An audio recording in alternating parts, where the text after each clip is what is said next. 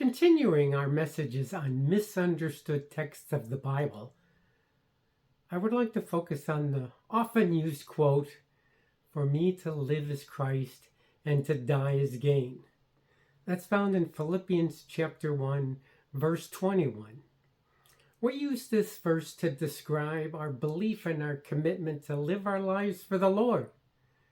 And when we die, we get to go to heaven and experience what we call a gain for us. And this is definitely true, that the believer in Christ will go to heaven when he or she dies, and that heaven is so much better than living in this sin-cursed world, as the Apostle Paul said, that the sufferings of this present time are not worthy to be compared with the glory that shall be revealed in us. But is this what Paul is talking about in this verse? Once again, we take this verse out of its context and use it as we please when we want to state our dedication to living a godly life as long as we live and then go to heaven when we die. But let's look at the context to determine what Paul is really talking about here. Again, let's set the stage of what happened to the Apostle Paul and why he's writing this letter. Paul is writing from a prison in Rome and is chained to the leg of a member of the Praetorian Guard. These men were the elite members of the Roman army and were responsible for guarding the most dangerous criminals. Paul is in prison because of a riot he caused back in Jerusalem, and at the time he didn't wish to be judged by those leaders, so he appealed to Caesar, which as a Roman citizen was his right. And so here he sits in this prison, waiting to give his defense before the lunatic Emperor Nero, who, to put it mildly, has no love lost for Christians. Matter of fact, he hates them. And the Apostle Paul's martyrdom appears to be imminent. But, as we will read from the context, Paul is rather optimistic about what is happening there. So let's start reading from verse 12, chapter 1, the context here.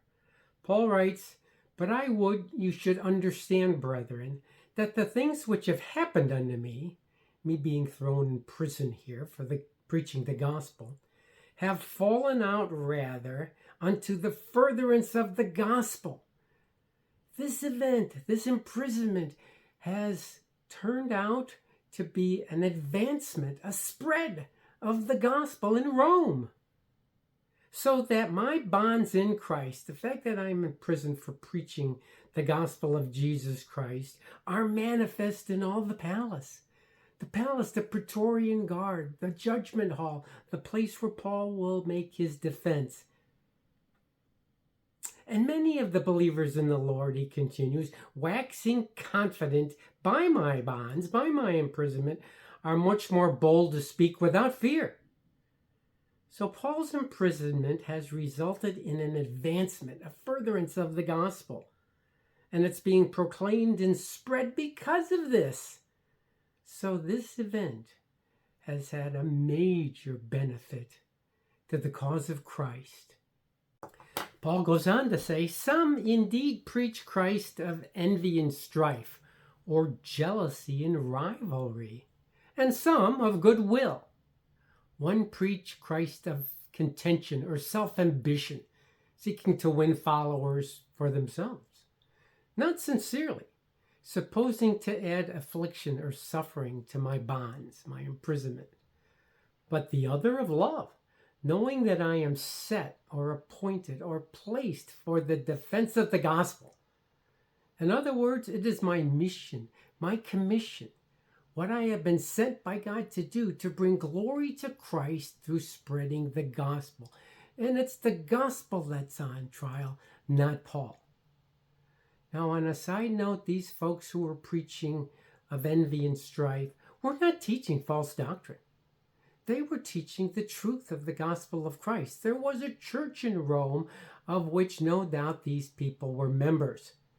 But they were seeking their own self-ambition. They wanted to be leaders.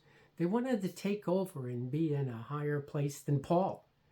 And expecting that Paul would be jealous or hurt by the fact that they were free to preach the gospel and Paul wasn't. But that is not Paul's attitude at all. Let's continue in verse 18. What then? What do I make of all this? Notwithstanding every way, whether in pretense or in truth, Christ is preached, and I therein do rejoice, and will rejoice. Now listen to this. For I know that this shall turn to my salvation, his deliverance, not soul salvation here, but deliverance from prison, potentially, through your prayer and supply of the Spirit of Jesus Christ. Here's the big reveal. According to my earnest expectation and my hope, that in nothing I shall be ashamed, but with all boldness, as always. So now also, Christ shall be magnified in my body, whether by life or by death. There it is. There's Paul's earnest desire. What he really wants and his hope is that Christ would be magnified, whether he lives or whether he dies. And that is what Paul has on his mind when he goes on to say, for to me to live is Christ and to die is gain. He's saying, for me to live is to magnify Christ, or to die is also to magnify Christ. So the gain is not his own. It's Christ's gain he's talking about. That's what he wants. Now, which will bring more glory?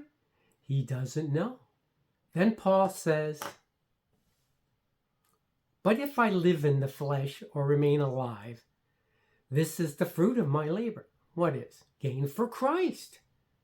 That's what he's talking about. He's not talking about dying and going to heaven and it being better for him. That's not what's on his mind. His mind is what's best for the cause of Christ and the spread of the gospel. Now, here's a bonus explanation. In the next verse, Paul goes off on a little bit of a tangent and tells you what he's really thinking. He says, yet what I shall choose I want, or I know not. What is he talking about there? Well, what was he just talking about? To live or die? Which one of those two outcomes would he choose that would bring the most glory to Christ? He doesn't know. But look at the next verse. He tells you what he does know. The next verse tells you it's not what you think. He says, for I'm in a strait betwixt the two, having a desire to depart to be with Christ, which is far better. Aha!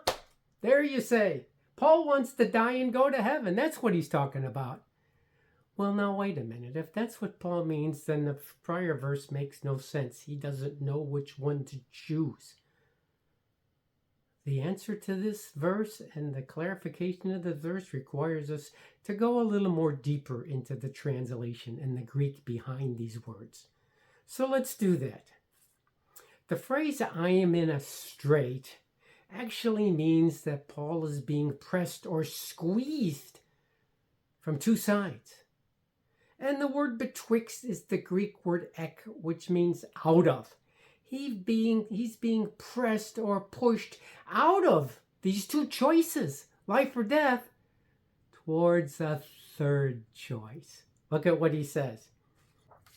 Having a desire to depart.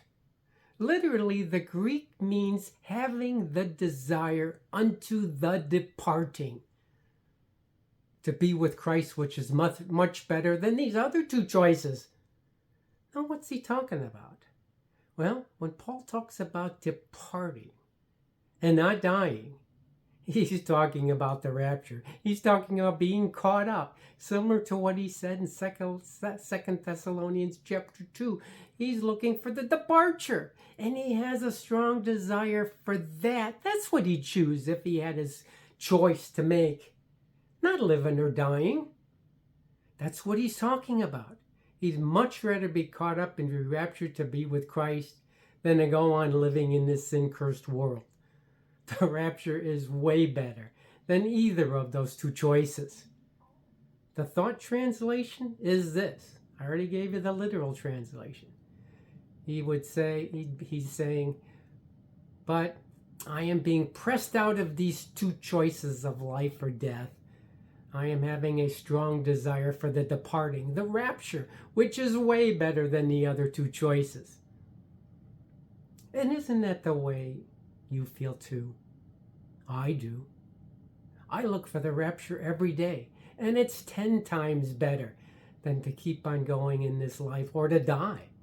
Think of it, to be translated to heaven, be changed in the twinkling of an eye, to put on an incorruptible body like unto his glorious body, to forever be with the Lord. That's the choice Paul wants, and that is the choice, I venture to say, we all want. That's what Paul's talking about here in Philippians chapter 1, verses 12 to 23. Going to heaven is certainly gain, or better for us than living life in this world. I grant you that. But Paul isn't talking about gain for himself. He's talking about gain for Christ. And what Paul wants the most for himself, his gain, is to be raptured. Now you know what Paul is telling the Philippians here and us. This should no longer be a misunderstood text of the Bible.